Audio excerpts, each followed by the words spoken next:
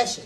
What are we going to do about this situation that we are in? I think we should focus on the things that are really important. I think that it's going to hurt everybody, and the reality of it is life hurts. The reality of it is we have to deal with tough times at some point in our lives, and we've gotten to a place where we say, oh no, if it hurts, I don't want to do it. But, you're saying the auto industry is desperate, and they need it. And oh my gosh, it's going to hurt if they don't get it. Yeah, it's going to hurt, but guess what?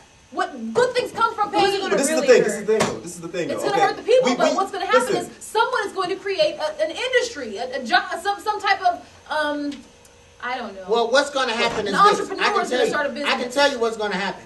Christmas time, you're not going to see people going out buying new cars, because I don't think we should give them bailout plans. Anyway. We don't have the money. I mean, they're more than ever before. Anytime, we discussed this before on one of our previous shows, anytime the post office declared that they're going to get rid of 40,000 jobs, I think that's a clear indication of where our economy is as a nation. What we need to do, forget the auto industry, forget banks. Let's figure out how we can put more jobs into the economy. Right. And this is the thing. This is the thing. What I want to say, this real quick. This is the thing. We have to have a plan. I understand what you're saying. As far as we have to suffer, we are going to have to suffer, but we need a plan to get back on track. We can't just say these are hard times. We need to get through these hard times. But if we don't have a plan of some point, listen, we need more jobs. We need more jobs. I agree. If we lose these big companies, it's going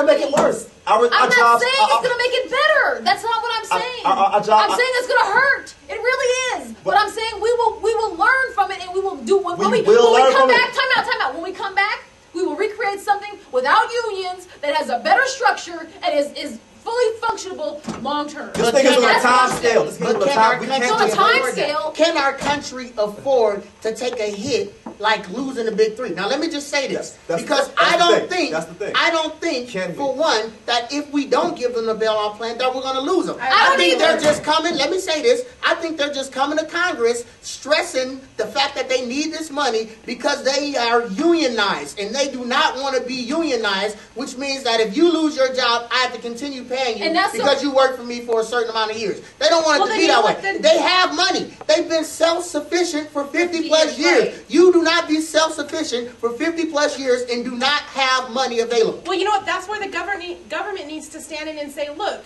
you really don't need our money. Back up. Like, we're going to give our money to the correct people, like I stated earlier, the correct industry that needs our money. And GMC, Chrysler, Ford does not need it. And the government needs to flat out tell them that. Quit beating around the bush. Quit making Americans think, oh my goodness, if they don't get it, I'm going to lose my job. I'm another one in the 1.9 million losing my job. And I think part of it is, you're right, the media does play a big role in manipulating the American people, but I think that you're right, DeAndre, as well. I think that they are coming to America. They're coming to the government because they're tied into the government bureaucracy with the unions. And so naturally you wouldn't go file bankruptcy if the problem is not fully in the private sector, but it's bureaucracy that the government is putting on them. Because if they didn't have those union jobs, I don't think they'd be struggling like that. And I say that because in the South, in Georgia and Alabama, Toyota and Nissan companies are booming. And you know what? I agree with you, and I thank you for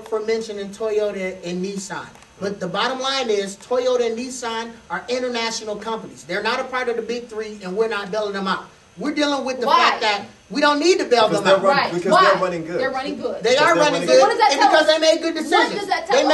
They make fuel-efficient cars. They do make fuel-efficient cars, and they make cars that are long-lasting. Yes. Okay? That's a known so fact. So does Ford, GM, and Chrysler. No, they don't. Not like Toyota. Not like Toyota. That's not the issue. The issue is the business of how they're running, or how they're running their business. The issue isn't the product, because people do buy Fords and Toyotas. People like F-150s and all that stuff. So they're definitely able to sell their product. But if you're tied into all this bureaucracy, if you sell a car or if you make a car and you're already in debt because you have to pay all these union workers, that's the problem.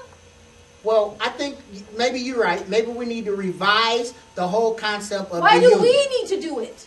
Well, not we. I mean, maybe that's what the government. Why does the government need to do that? Because they're coming to the government So they're coming to the government, so the government needs to tell them that. They're coming to the government, so the government needs to let them know that. Okay? We can't say, no, don't. Why do we need to do it? Well, we need to do it because they're coming to us for our financial help. So because they're doing that, then we need to respond appropriately. No, apparently we are. We are. You know, I'm not a bank. Lois, on the same aspect, it'll help. I think, you know, Toyota, Nissan, like Dre was saying, they last for a long time. People aren't buying as many. I've had a Toyota and it runs really good. Maybe, you know, somebody that has a Ford is continually having to go maybe buy a new car because it only lasts for 10 years. And maybe that's one of the big issues. That is the issue. That is exactly the issue, that these companies are not running efficiently. And if we're going to help them, we need to make sure that they are going to change. If they're not going to change, we'll need to give them nothing. And I agree. I don't think we should give them anything. I don't think that we should give them anything because I think that in the private sector, they are fully capable of going through things that might hurt, but it will help them in the long run. If they go through bankruptcy and have to restructure, then so be it. They'll get rid of the unions. But to come to us and say, write me a check so that we can pay your people, because that's who you told us to employ. And I hear, I would go to the government too. Look, I'm in this problem because of you. Well, listen, so I appreciate all of your comments, and I appreciate our listeners for tuning in. We're here every Wednesday at 4 p.m. on KXXT. That's 1010 a.m. Weigh in. Give us your opinions. Visit us at nationalopinionnews.com. That's news with a Z. Real talk, no fluff, opinions that matter. God bless you.